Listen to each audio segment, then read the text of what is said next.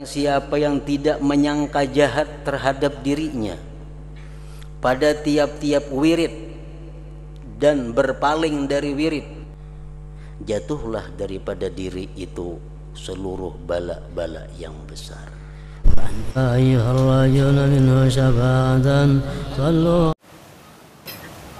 Man lam yattakhib nafsahu fi kulli wirdin wa sadrin wa qa'a minha kullul balayal kubar.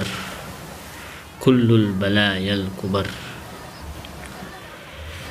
Man lam yattakhib nafsahu,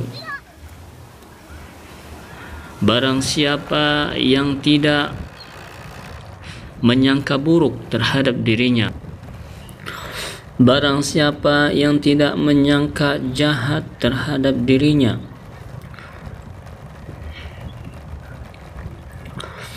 pada tiap-tiap wirid dan berpaling dari wirid, jatuhlah pada diri itu seluruh bala-bala yang besar.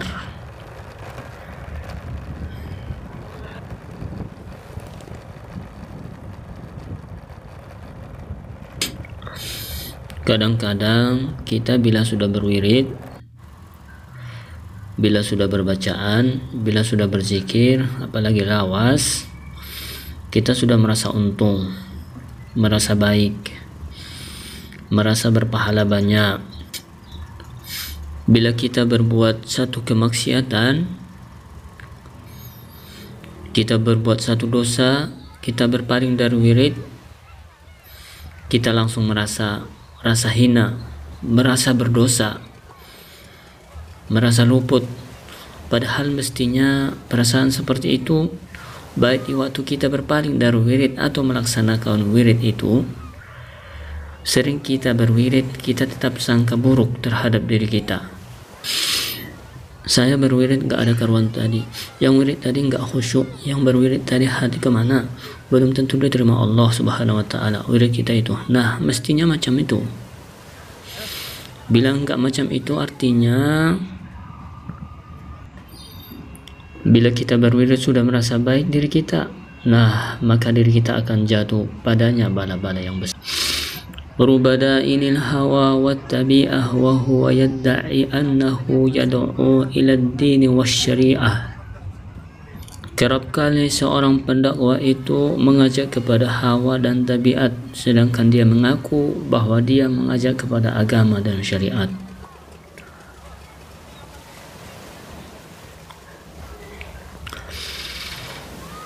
Orang yang menjadi mubalik, orang yang menjadi dai itu kerap kali mengajak manusia untuk berbuat kebaikan. Dikiranya itu adalah bagian dari agama dan syariat, tapi kadang-kadang itu dia bisa mengajak orang kepada hawa nafsu dan tabiat tanpa disadarinya.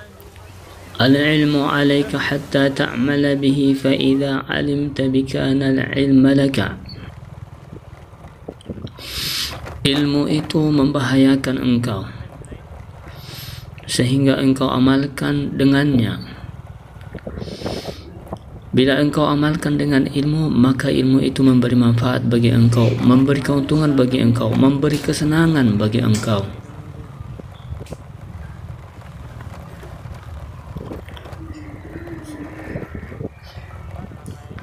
Jadi ilmu bila tidak diamalkan akan menjadi bala sama kita. Bila diamalkan, dia akan memberi kesenangan bagi kita. Nah, kalau seperti ini jangan diambil kesimpulan lebih baik tidak berilmu. Nah, kada berilmu, enggak tahu hukum Allah, tapi orang itu baru masuk Islam atau orang itu jauh dari hidupnya di pegunungan-pegunungan, tidak ada manusia, orang itu dimaafkan.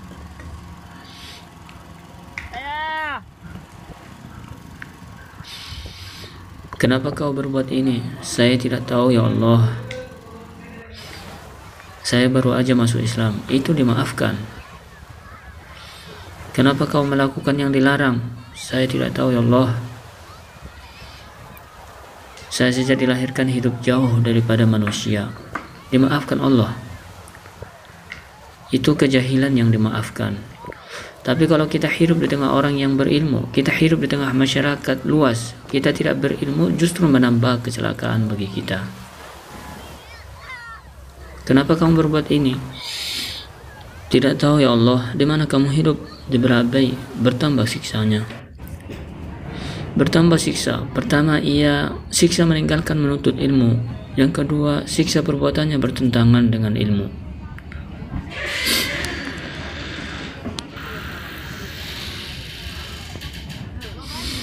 Nah, kalau orang yang berilmu dia tidak memakai ilmunya, satu aja kewajiban menuntut ilmu sudah dilaksanakan. Kewajiban menuntut ilmu sudah dilaksanakannya. Cuman pengamalannya aja tidak. Satu aja dia. Orang yang gak berilmu hidup di tengah-tengah kota, itu dua. Satu tidak menuntut ilmu, dua tidak mengamalkan ilmu. Nah, jadi al-ilmu ilaika hatta ta'mala bihi fa idza 'alimta bi kana ilma laka. Jadi hidup di tengah masyarakat, di tengah perkotaan atau di kampung-kampung yang banyak orang menuntut ilmu itu enggak ada alasan, enggak ada tahu hukum-hukum Allah Subhanahu wa taala. Ma azallatil hadra aw aqallatil ghabara ashadda hammakatan mimman ya'lamu husna syai'in wa huwa lahu farikun wa ya'lamu qubha syai'in wa huwa lahu fa'ilun. Ma azallatil hadra, tidak menaungi langit atau tidak menanggung oleh bumi,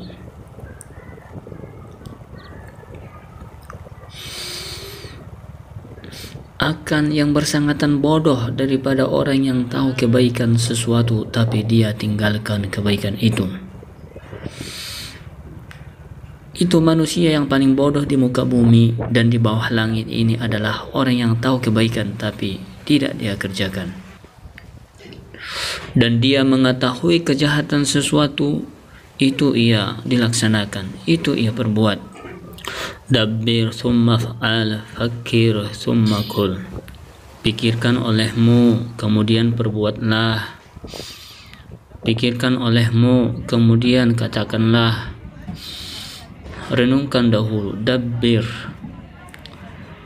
Pikirkan dulu, kemudian berbuat, kemudian katakan. Pikirkan dahulu, baru berkata-kata. Kafa ahlal akhirati syafarafan anna kulla ahadin yuhibbu ayunsab ilaih wa illam yakum minhum. Cukup akan orang-orang yang cinta akhirat itu kemuliaan, bahwa tiap-tiap orang suka, bahwa dikatakan kepada dia cinta akhirat sekalipun dia bukan cinta akhirat.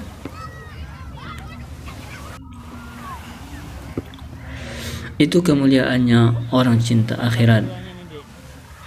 Jadi orang yang cinta akhirat itu kemuliaannya apa? Siapapun suka dan kepengen dikatakan cinta akhirat, padahal dia tidak cinta akhirat. Orang tidak cinta akhirat tapi kita katakan dia cinta akhirat, dia pasti suka. Pasti suka. Wa kafa ahlad dunya dha'atana anna kull ahadin yaqra'u ay yudhkara fi jumlatihim wa in kana min akbarihim. Dan cukup bagi orang-orang yang cinta dunia itu kehinaan, kerendahan, bahwa tiap-tiap orang benci bahwa disebut dia termasuk orang yang cinta dunia, sekalipun dia orang yang paling cinta kepada dunia. Orang-orang yang cinta dunia itu, kalau dibilang dia cinta dunia, dia marah, walaupun dia sangat cinta kepada dunia. Apalagi yang gak ada cinta, makin marah. Orang dikatakan cinta dunia padahal tidak cinta dunia, maka dia marah. Orang yang cinta dunia pun dibilang cinta dunia, dia tidak setuju. Nah, itulah kehinaan daripada dunia ini.